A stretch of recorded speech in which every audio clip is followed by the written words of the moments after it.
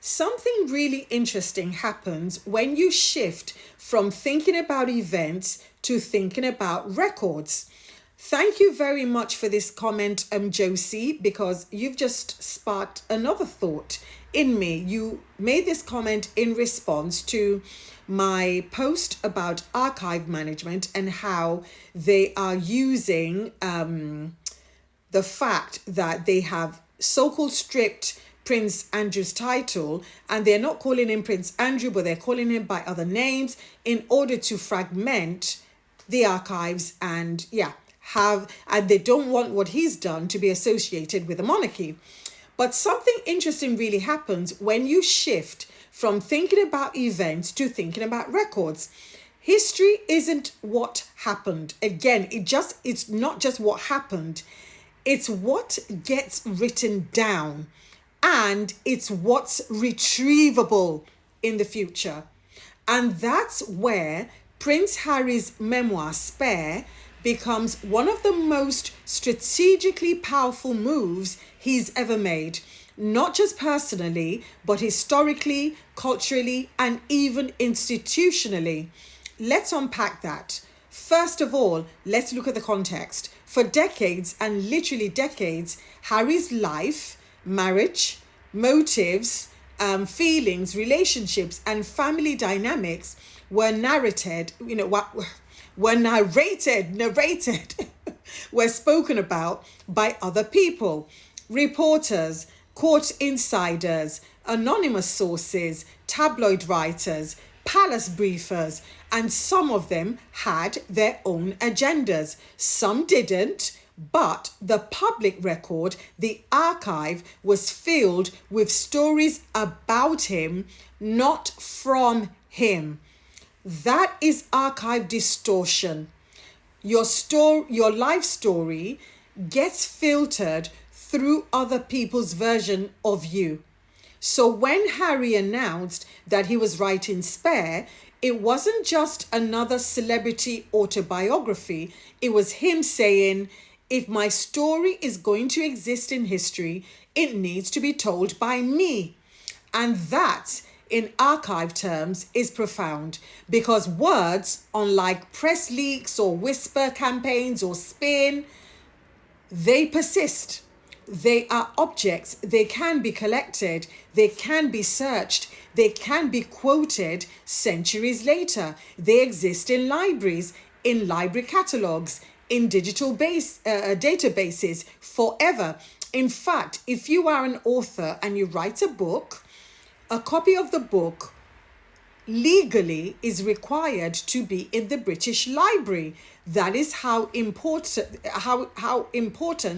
archiving is to the record keeping of the United Kingdom.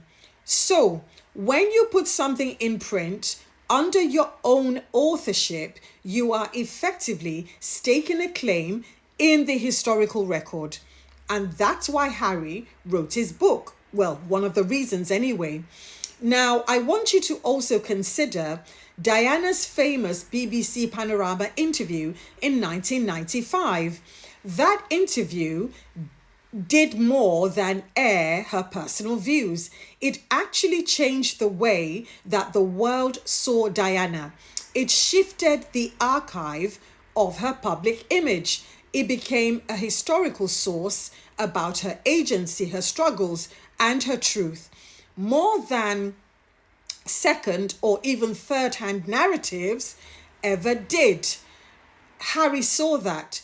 Harry lived that. He watched how a single published interview shaped his mother's record in history, for better or for worse, and how a lot of humans remembered her. That lesson certainly wasn't lost on Harry.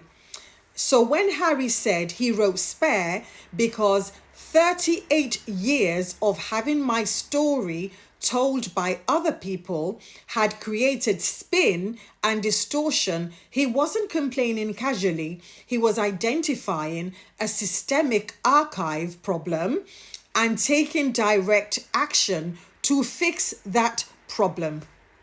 Yes, that's what he did. Because here's the deeper piece. And again, this came to me and I thought, oh my God, this is so true. The palace, the British press, and institution never had to engage with Harry's words in their original form until he made them. Leaks can be twisted, anonymous briefings can be denied, and reporters can call stories unverified. But a book is a primary source. And a primary source is one of the most valuable things when it comes to journalism. So when a historian, a student, or a curious reader decades from now want to know about Harry's perspective, they can open a copy of Spare. And that is the power of the archive. So you can't retroactively delete a book from an archive. You can't quietly correct it later. You can't reassign the words. You can't also reassign the origin. It exists under Harry's name at this moment in time and forever after.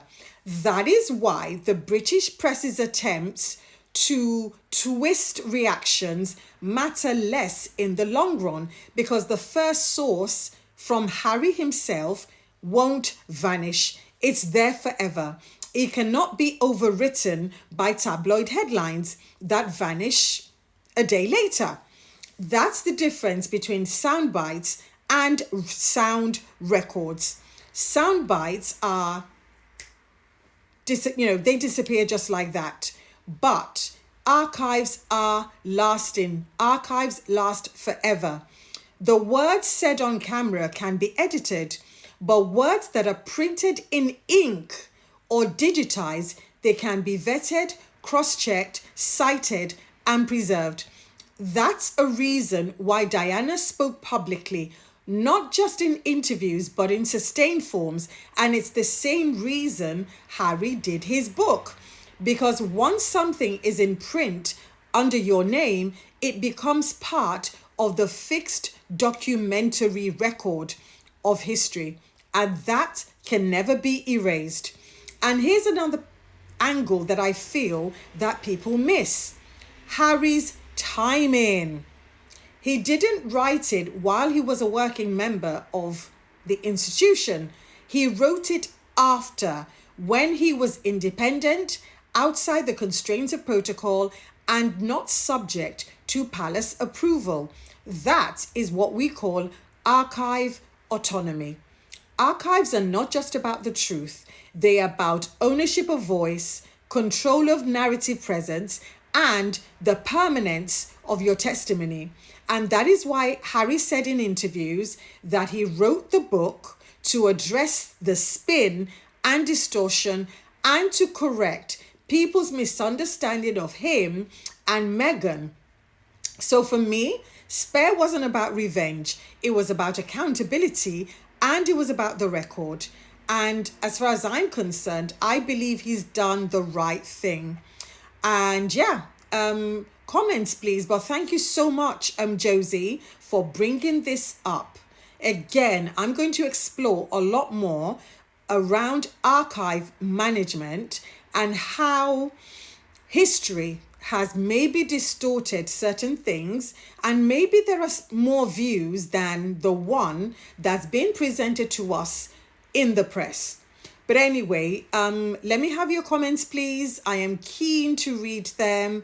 And if you have any more ideas or suggestions, do let me know.